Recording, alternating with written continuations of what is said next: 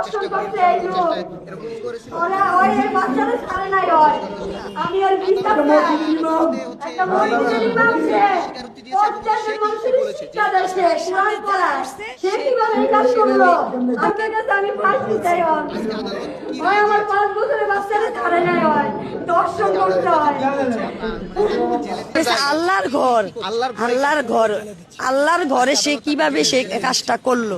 মেয়েকে জিজ্ঞাসা করছি আম্মু আমি যে তোমাকে আজকে এই অবস্থায় দেখছি তোমার কি সব সময় হুজুর এরকম করতো? পরে আমার মেয়ে আম্মু আজকে তো তুমি আমার দেখছো হুজুর আমার সাথে সব সময় এরকম করছে আম্মু, সব সময় আমার সাথে হুজুর এরকম কাজটা করছে আম্মু। আমি তোমার ভয়ে বলি নাই, হুজুর আমার ভয় দেখাইছে তার জন্য আমি তোমার বলি নাই আম্মু।